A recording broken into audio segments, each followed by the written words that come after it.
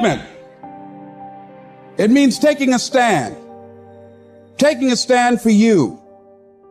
It means delivering. It means coming through. What if you don't keep your commitment, Les? What if you give it everything you have and you come up short? Or if you don't give it everything you have, what if you get weak along the way and you throw in a towel on yourself, you surrender to your emotions? What then? A lot of people become discouraged, they become frustrated, and they say, oh, what the heck? And they go back to doing what they were doing before, saying it doesn't work. You get to make a choice. Is failure going to break you, or is failure going to make you? You get to decide. Failure doesn't. It's okay to fall. It's okay to cry. It's okay to go home. But quitting should never be an option. It's not in falling that makes us failures. It's in not getting up that makes us failures. And you get to decide if you get up or you don't get up. We're going to take setbacks. We're going to take some defeats from time to time in our lives. But when that happens, what that actually does, or what that actually should do, is make your vision clear. Make your mission clear. Anyone who's successful has failed much more than you know. It's like you look at somebody who's an unbelievable athlete, somebody who's an unbelievable entertainer, speaker, communicator, artist. They didn't just show up that way. They are being rewarded in public for what you practice in private consistently. You might want to jot that down. We're all rewarded in public for the things that we consistently practice and refine in private.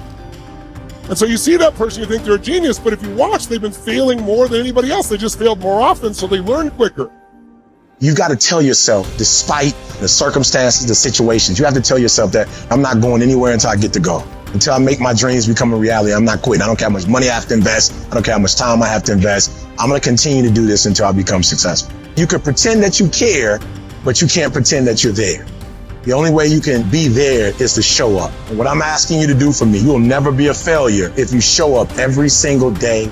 Every single day when I come, I show up and I let failure know. Failure is not an option. You can't even let it sink into your brain, not even a second. You have to know that this thing is going to work. Come hell or high water, whatever it is that I set out to do, it may not happen in 6 months, it may not happen in a year, it may not happen in 2 years, but at some point, my dream is going to become a reality. I can accept failure. Everyone fails at some point, but I cannot accept not trying. When you've tried your best, when you've given 120%, you should never feel bad. You pick yourself up, you look at it from another perspective, you come up with another solution, and you go at it again. You're a problem solver. You're not soft. You're not weak. You don't quit. You don't surrender. You fall 7 times, you get up 8.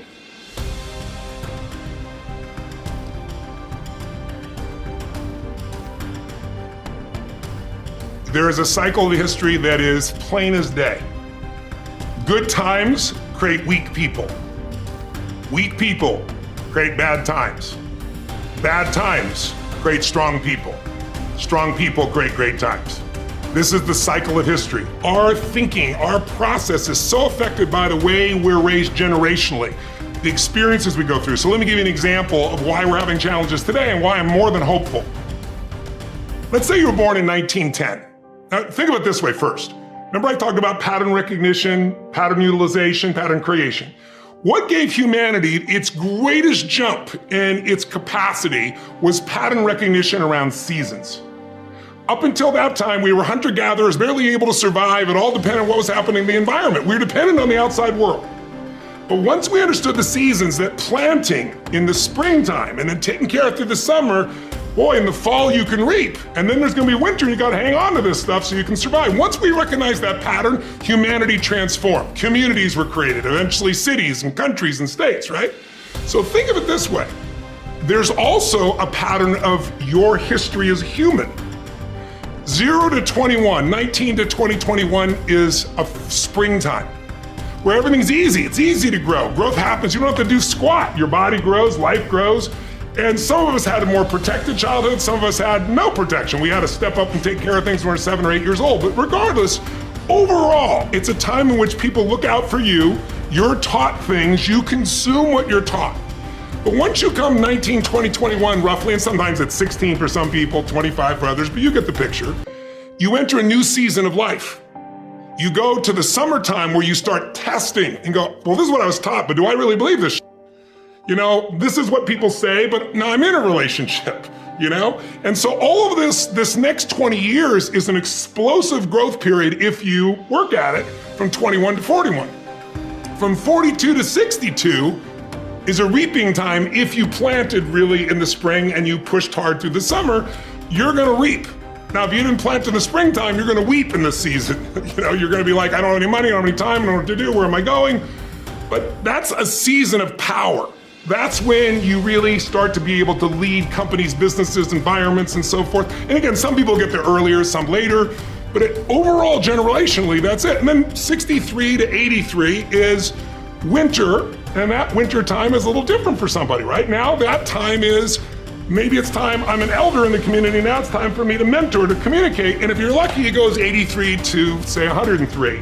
Or the oldest living human is about 119, if you were lucky enough to do that. Maybe you get an extended period of time where you enter the next springtime. So there's seasons that you gotta understand, because if you plant in the winter, I don't care how hard you work, you get no reward. If you bought a house, sounds wonderful, in 2007, normally great, 2007, probably not so great, you're probably just starting to do okay in the last 3 or 4 years, right? So there's a timing to things. There's a timing in your life. There's also timing in history. So imagine you're born in 1910. When would you come of age? 19 years old, 1929. What did you grow up with? World War I ended during that time, the whole world celebrated, and the roaring 20s began, and you're in your teens, cars, radios, parties. You can't wait to turn 19, 20, 21, right? And what happens? For that generation, right at that stage of life, the whole game, the wolves pull out from it, and people are jumping out of buildings, the economy goes to the floor, we got the Dust Bowl. But it didn't end there. Because what happened when they were 29? 1939, World War II. And you and I are too young to know it, but those around know that it looked like we were gonna lose. Hitler was storming across Europe. It looked like life as we know it was over. And these people went overseas and became heroes.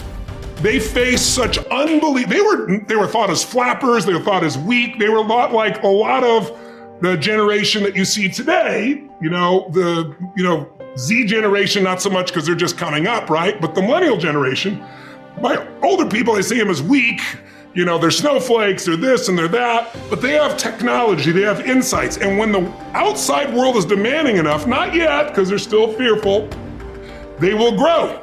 And that's when things change. And so the season occurs. So think about the difference between the 30s and the 40s versus the 50s versus the 60s as we came after 63 into an American summer as a different mindset versus the 80s to the 2000s, 2010. So we're right now halfway through winter. We're in another winter. It starts financially. Now it's gone to health, but we're far from it. It's going to be war. And it might be cyber war, it might be full-on war, but there's zero question that China and the US are on a collision course that's going to shape the direction of humanity. And so the people that right now are alive today are gonna have to grow in that environment. I really think we're at a season where there's gonna be a whole new level of growth. And what I just want to do is be one of the many sources that can give people perspective, because here's the problem. A year ago, people thought we were coming out of, we got vaccines now, and we're coming out of COVID, and it's going to be all over now, and people are excited. But now, after going through 2 years of this, there's a lot of people now that no longer have a compelling future. Like, people talking about New Year's resolutions, most people don't even have one. Because it's like, they never followed through anyway, right? But at least they had something to look forward to. They're starting to get into learned helplessness. Learned helplessness is when something is so bad over and over again, you start thinking the problem's permanent. No problem is permanent. Or you start thinking the problem's pervasive because I haven't handled my finances, my whole world's over. Or because my relationship's bad, my whole world's over. Your life is bigger than that. Or all this is happening because there's something wrong with me. When you get to that point, you stop trying. And so my goal right now is to shake that up for people. People need a new perspective, and you can't do it by just sitting and thinking.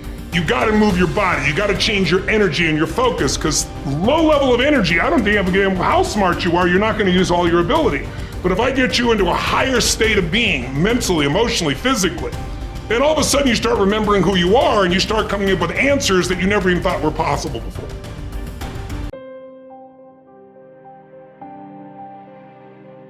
You will hear many people saying, "When I am 50, I shall retire into leisure. When I am 60, I shall give up public duties." And what guarantee do you have of a longer life? Who will allow your course to proceed as you arrange it? Aren't you ashamed to keep for yourself just the remnants of your life and to devote to wisdom only that time which cannot be spent on any business? How late it is to begin really to live, just when life must end. Stop letting yourself be distracted. That is not allowed. Instead, as if you were dying right now.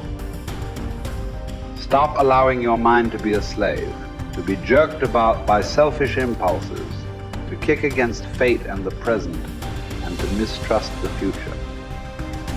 In your actions, don't procrastinate. In your conversations, don't confuse. In your thoughts, don't wander. In your soul, don't be passive or aggressive. In your life, don't be all about business. It is essential for you to remember that the attention you give to any action should be in due proportion to its worth, for then you won't tire and give up if you aren't busying yourself with lesser things beyond what should be allowed. Putting things off is the biggest waste of life. It snatches away each day as it comes and denies us the present by promising the future. The greatest obstacle to living is expectancy, which hangs upon tomorrow and loses today. You are arranging what lies in fortune's control and abandoning what lies in yours. What are you looking at? To what goal are you straining? The whole future lies in uncertainty. Live immediately. The best livelihood, particularly for the strong, is earning a living from the soil, whether you own your land or not. Many can support their families by farming land owned by the state or private landowners. Some even get rich through hard work with their own hands. The earth repays those who cultivate her, both justly and well, multiplying what she received, endowing in abundance all the necessities of life to anyone willing to work, and all this without violating your dignity or self-respect. Generally speaking, if you devote yourself to the life of philosophy whilst tilling the land at the same time, I couldn't compare it to any other way of life, nor would I prefer any other livelihood. It is living more in accord with nature, drawing your sustenance directly from the earth, the nurse and mother of us all, rather than from another source.